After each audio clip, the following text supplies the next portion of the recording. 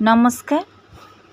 जय जगन्नाथ। बंधु माने मनीष जीवन रे किछि कथा अछि जहाँ आमे छोट बेले शुणी आसुछु, किंतु सेही कथार अर्थ कौन, काहेकि एपरी परंपरा चली आसी ताहा अनेक समय जानि न थाओ।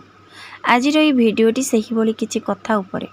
बंधु माने आज आमे कहिबाकू जाउथिबा कथा गुड़िक आम समाज रे चली आसुथिबा परंपरा, लोकविश्वास एवं धार्मिक आचार सहित जड़ित।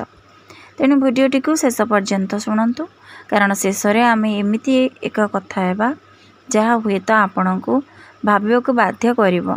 आउ जदि आपणक घरे मध्य एभली परंपरा रही तेबे कमेंट रे जय जगन्नाथ लिखा भूलु नाही। शव यात्रा कौड़ी किंबा पैसा आनिबा उचित कि नहीं। बंधु माने प्रथम कथाटी हेउची शव यात्रा सहित जड़ित।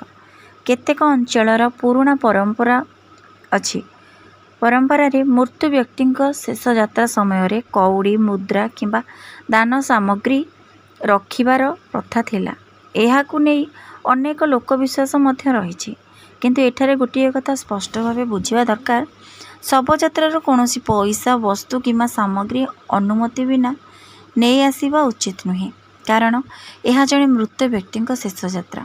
सेठारे आमर प्रथम कर्तव्य होछि सम्मान। कौनसी जिनिस नहीं आसिले भाग्य बदली जीव, धन आसीबो किंबा अशुभ हेबो, एपरी कथा को प्रमाणित सत्य बोली धरिनेबा ठीक नुहे। शुद्धिक्रिया रे वस्त्र रे ठाकुर पूजा यह मध्य एक गुरुत्वपूर्ण परंपरा। काहार मृत्यु परे परिवार शोकरे रहे। एही समय रे परिवार रे किछि निर्दिष्ट आचार पालन करा जाय। केतेक परिवार रे शुद्धिक्रिया समाप्त हेबा पर्यंत देवादेवी नियमित पूजापाठ रे किछि विरति रही थाए।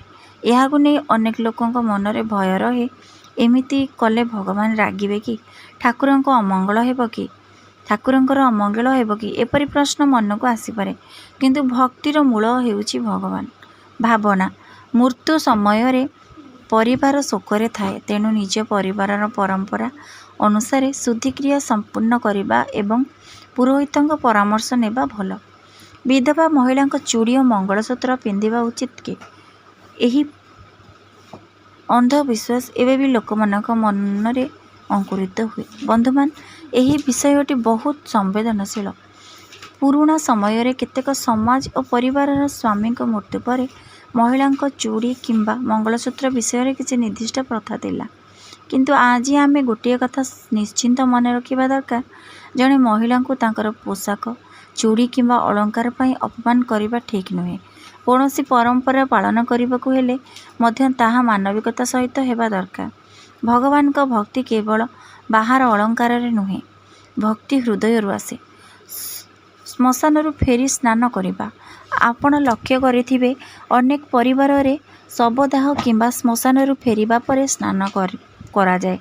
यह पुराणा परंपरार एक अंश। यहाकू शुद्धिर प्रथा भावे मानिबा सहित स्वच्छतार दृष्टि बुझी पारिबा।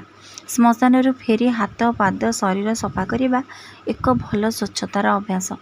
मृत्यु व्यक्ति वस्तु को नहीं भय करिबा, कारण मृत्यु परे तांकर पोशाक, जिनिस किंबा अन्य सामग्री को नहीं परिवार रे भिन्न भिन्न परंपरा रही थाए। केही स्मृति भाव रे रखंती, केही आवश्यक लोकों को दान करती, केही आउ व्यवहार करती नहीं। एठारे भय करिबा अपेक्षा परिवारर भावना को सम्मान करिबा अधिक जरूरी। मृत्यु परे घरे शोकर समय, मृत्यु परे घरे किछि दिन शोक पालन करा जाए। यह केवल धार्मिक परंपरा नुहे, यह परिवार को मानसिक भाव रे समय देवार एक उपाय मध्य होई पारे। कारण जणे निज लोकों को हराइबा परे तांको समय दरकार, तांको दुख को बुझिबा दरकार। सेही समय रे तांको हसाइबा किंबा अनावश्यक कथा कहबा अपेक्षा तांका पाखरे नीरव रे ठिया हेबा बड़ मानविकता। शोकरे थिबा परिवार को अपमान करंतु नाही। यह मनुष्य मात्रे जानिबा कथा। काहार घरे मृत्यु होइथिले एही परिवारर रागरु ही दुखरे थाए।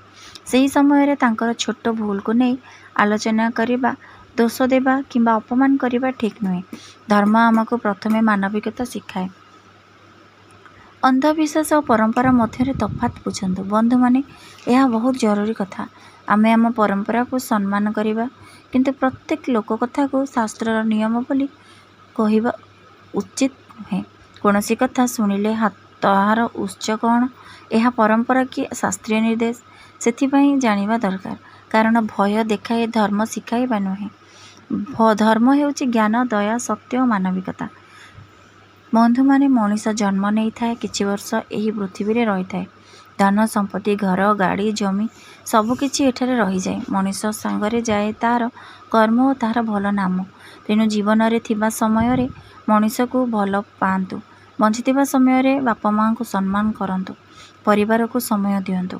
କାହାର ମନ ଭାଙ୍ଗନ୍ତୁ ନାହିଁ, କାହାର ଦୁଃଖରେ ହସନ୍ତୁ ନାହିଁ ଏବଂ କାହାର ମୃତ୍ୟୁ ପରେ ତାଙ୍କ ପରିବାରକୁ ଏକା ଛାଡ଼ନ୍ତୁ ନାହିଁ। କାରଣ ଆଜି ଯେଉଁ ଘରେ ଶୋକ ଆସିଛି, କାଲି ସେହି ଦୁଃଖ ଆମ ଦୁଆରକୁ ମଧ୍ୟ ଆସିପାରେ।